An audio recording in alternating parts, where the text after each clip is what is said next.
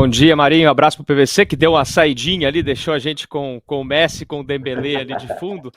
Mas foi um grande jogo, né? Assim, foi um jogo que mostrou muito do que essas duas seleções fizeram na própria Eurocopa, né? A Espanha, que não é mais aquela Espanha dos 75% de posse de bola, é uma Espanha que trabalha a bola sabendo onde quer chegar, né? E quase sempre ela quer chegar nos seus dois pontas, no Lamine Yamal e no Nico Williams. E uma Inglaterra que tentou se segurar ali para tentar, em alguma jogada, conseguir fazer um ou dois gols, né? Que é o máximo que a Inglaterra conseguiu fazer nessa Eurocopa. Acabou fazendo o gol do Palmer, mas foi punida por voltar muito ali nos minutos finais do jogo. Acho que no fim das contas, Marinho, vence a seleção que melhor jogou na Eurocopa e vence talvez a única seleção que tenha jogado bem na Eurocopa, né? A gente viu a Eurocopa toda, a Inglaterra ali engrenou no finalzinho, a França, a gente via a França contra a Polônia na fase de grupos, contra a Espanha também na semifinal, precisando fazer um gol no fim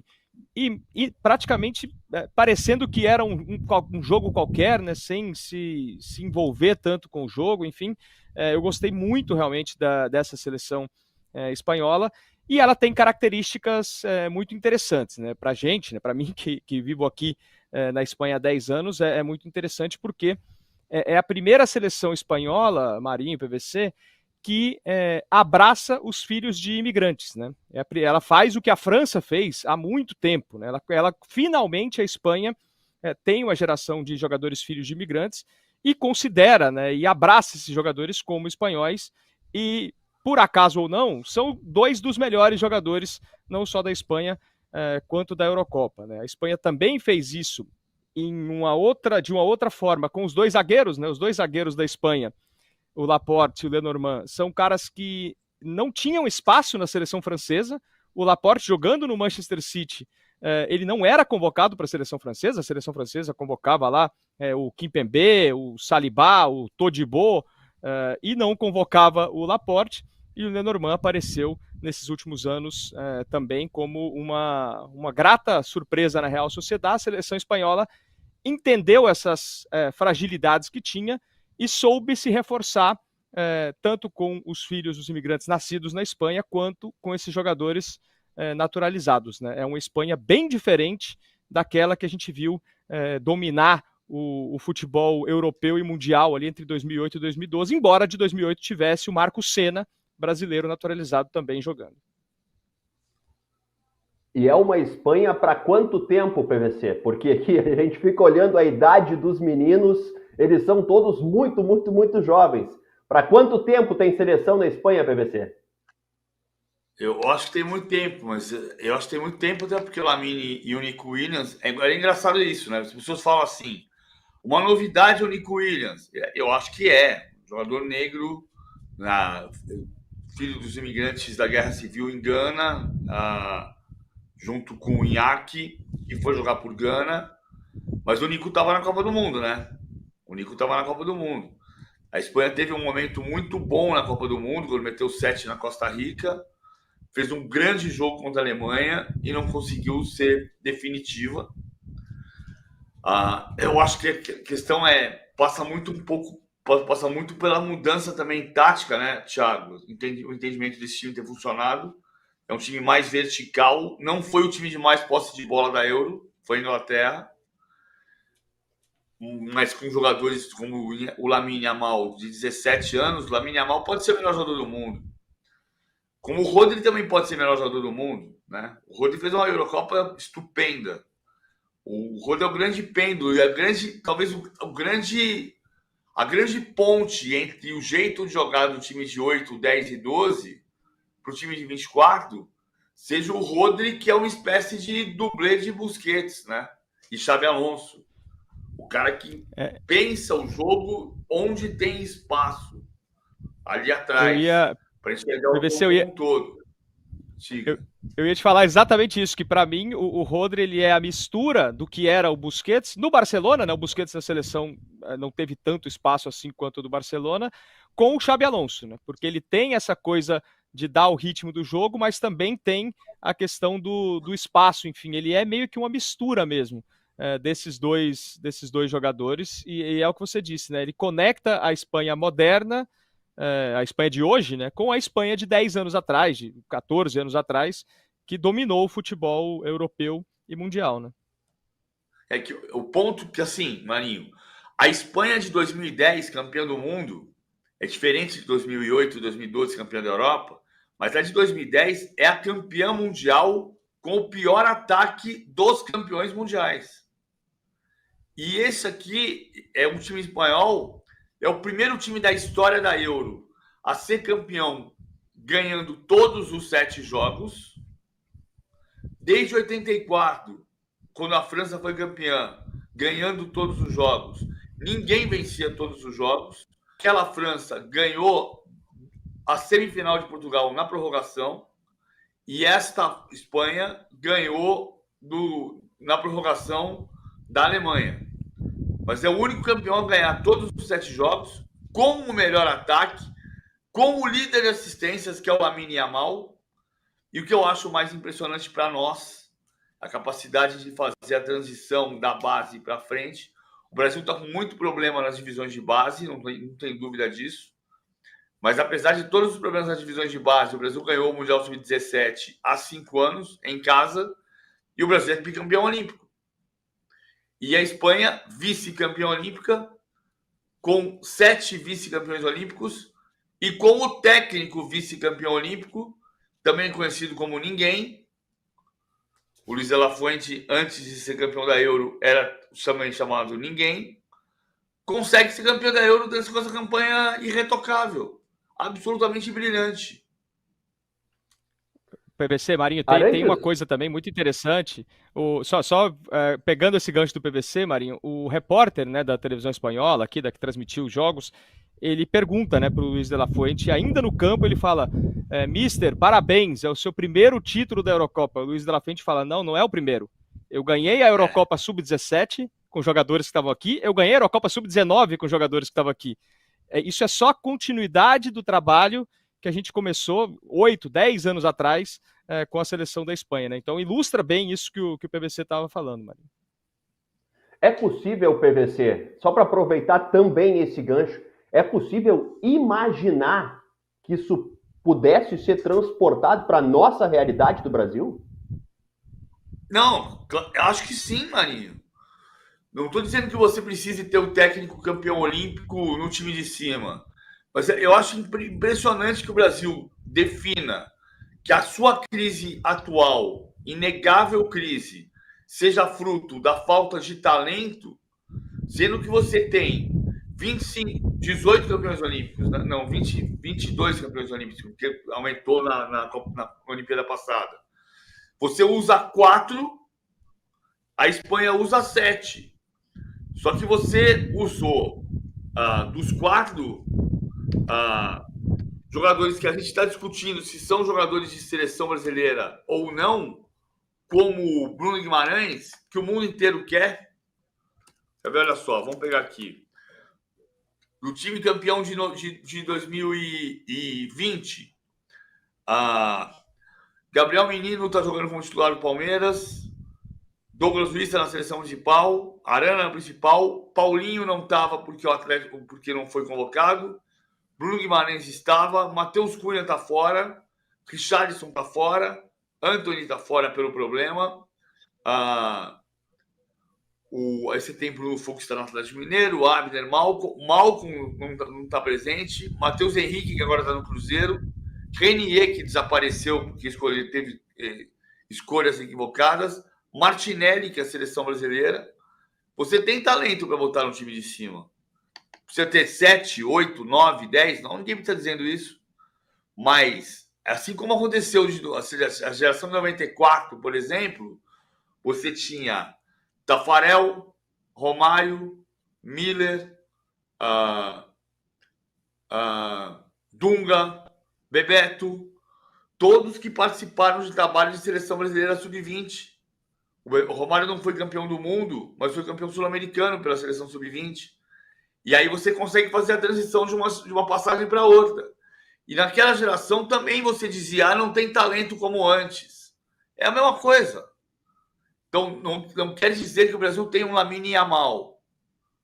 Mas o Brasil tem um Endrick que está dentro, tem o Estevão que está fora, tem o Vinícius Júnior, tem o Rodrigo, todos que participaram da seleção de base. Essa passagem de bastão precisa ser melhor. E o fortalecimento na confiança do trabalho de técnicos também precisa. Sejam eles estrangeiros ou brasileiros. Por que o André Jardine foi buscar a estabilidade no México? O André Jardine foi buscar a estabilidade no México. Porque no Brasil não tem isso para oferecer para o técnico brasileiro. Acho que o técnico brasileiro tem um déficit de conhecimento. Grande parte tem. Mas grande parte do déficit de trabalho é por não conseguir executar trabalho. E a gente está vendo isso com os técnicos estrangeiros que chegam e são demitidos em 4 jogos, 5 jogos, 13 jogos, 18 jogos. Como aconteceu o Diego Dabove, revelação da Argentina, que durou 5 jogos no Bahia. Todo ano acontece alguma demissão muito rápida. Arantes, seguinte, eu quero ouvir de ti o ambiente da Espanha, da torcida, do povo, com essa seleção. Imagino que seja muito identificada pelos jovens, pelos filhos de imigrantes.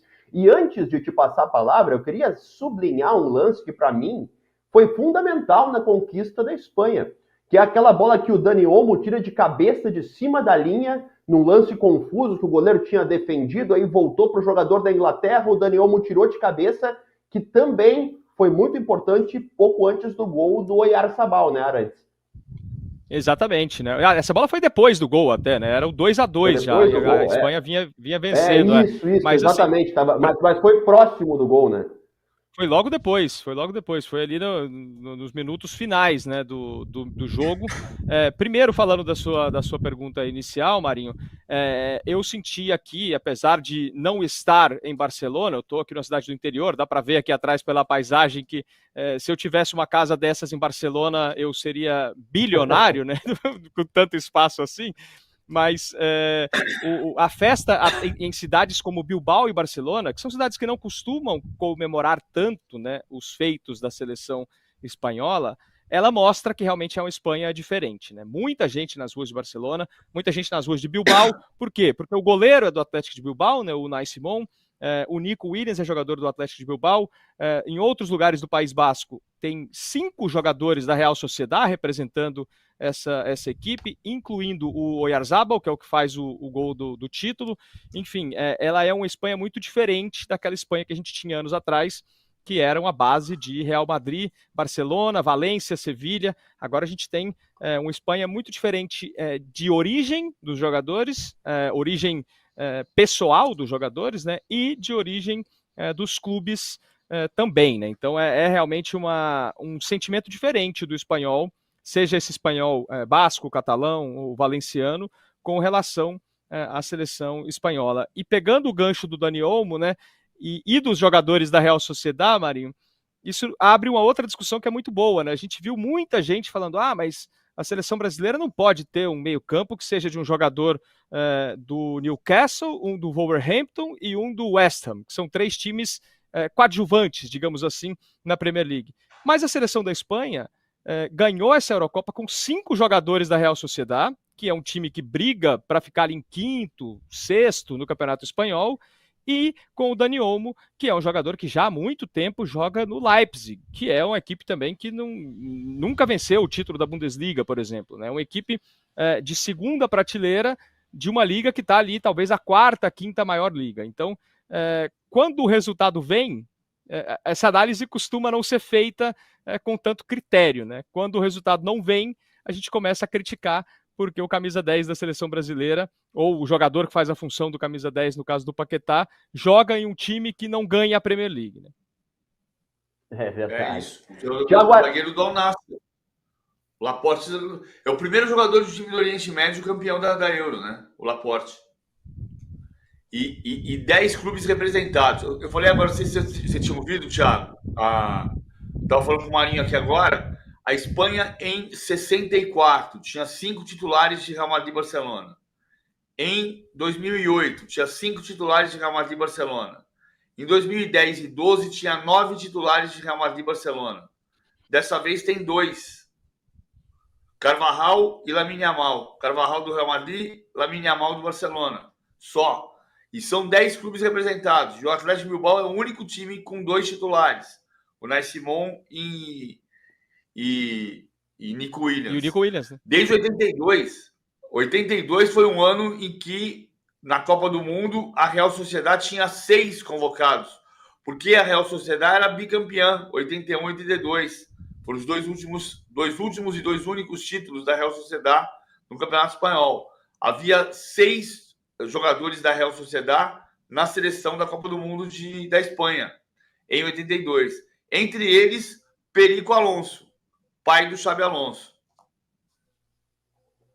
Que massa, que legal. Tiago Arantes, quero te agradecer mais uma vez, sempre brilhante a participação aqui, viu, querido? Até a próxima.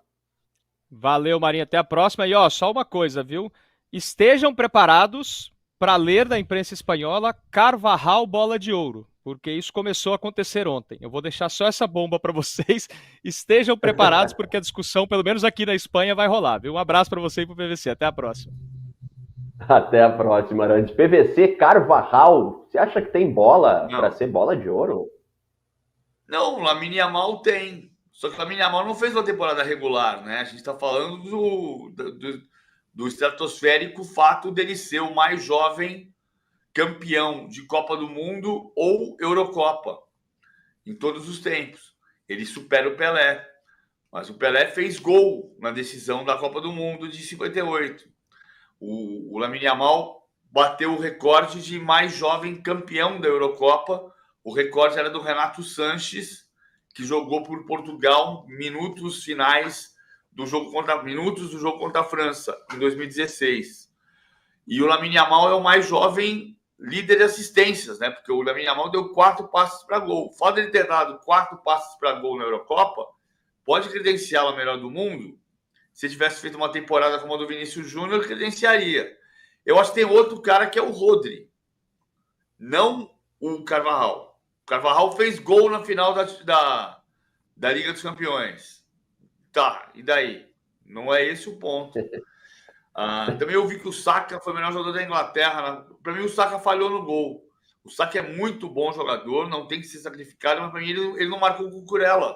Na bola do contra-ataque, o Cucurella vem passando livre o tempo inteiro e é o Saka quem marca. A gente vai ver isso na prancheta, não sobre o Saka, mas sobre o tipo de marcação, que para mim é a grande novidade da Euro.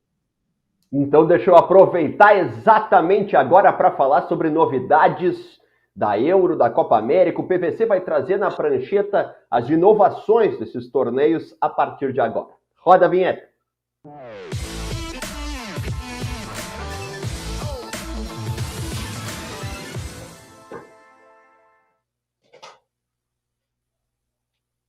A gente falou na semana passada, por que volta o 4-3-3?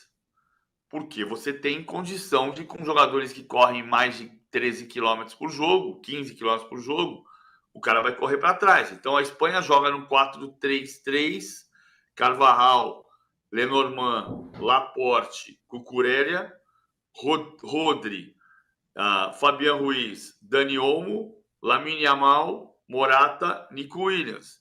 Quando perde a bola, volta por aqui o Lamine Yamal, volta por aqui o Nico Williams e defende num 4-1, 4-1.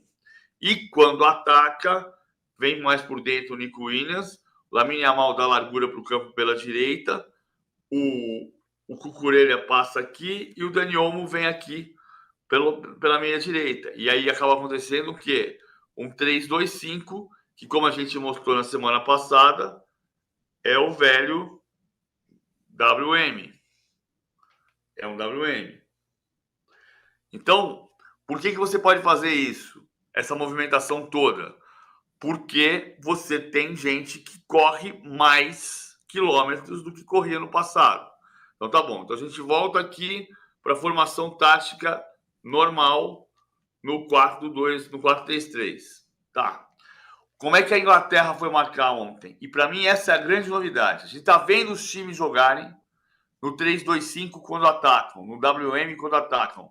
O Guardiola faz isso, o Abel Ferreira faz isso, o Xabi Alonso faz isso, muita gente faz isso.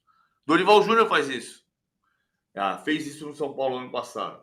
Então não é novidade. Por quê? Os torneios de seleção, no passado, era quando você enxergava as coisas novas que aconteciam no futebol. Hoje, nos torneios de seleção, você vê consolidadas as coisas que você vê no mundo do dia a dia do clube. E está aconteceu muito nessa temporada, isso aqui. Pensa no primeiro ponto. Quem marcou o Rodri, que é o cara do pêndulo da saída de bola da Espanha? Aqui. O Foden. O Foden subia para marcar o Rodri. O Kane pegava o Laporte, que tem bom passe. Deixava o Lenormand, que não tem tão bom passe, mais solto para avançar. O Bellingham veio aqui pegar o Carvajal. O Saka defendeu marcando o Cucurella. O Dani Olmo tinha a marcação do Rice. O Fabian Ruiz era acompanhado pelo Maino. Do lado direito, o Walker marcava o Nico Williams. Do lado esquerdo da defesa, o Shaw pegava o Lamine Yamal. E os dois zagueiros se revezavam com o Morata, o Stones e o Gueye. Então, você percebeu aqui, né? A Inglaterra marcou individual. A marcação individual tinha desaparecido. E ela voltou. Não que a Inglaterra tenha marcado de um jeito totalmente individual. Porque quando o Nico Williams saía da esquerda e vinha para a direita, esporadicamente, o Walker vinha só até metade do caminho. E depois encaixava ao contrário o Shaw com o Nico Williams e o Bellingham voltava para pegar o Lamine Yamal. Então, é uma marcação de encaixe, como se dizia principalmente no Rio Grande do Sul. Mas voltou a marcar individual. E muitas vezes está se marcando individual, se viu isso também na Euro, marcando individual sem sobra. Como o Abel faz no Palmeiras, jogo sim, jogo não. Como o Xabi Alonso fez no Bayer Leverkusen a temporada inteira. Como o Gianpiero Gasperini faz na Atalanta, como o Marcelo Bielsa faz no Uruguai. Marcação individual, cada um com seu homem, sem sobrar ninguém. Não dá para fazer todo jogo que o time morre fisicamente. Mas está acontecendo. A novidade que se viu nessa Euro é a volta da marcação homem a homem. Não em todos os jogos, não em todos os momentos do jogo. Mas ela voltou. A zona continua sendo prioritária, mas em muitos momentos você vai ver times marcando individualmente. Qual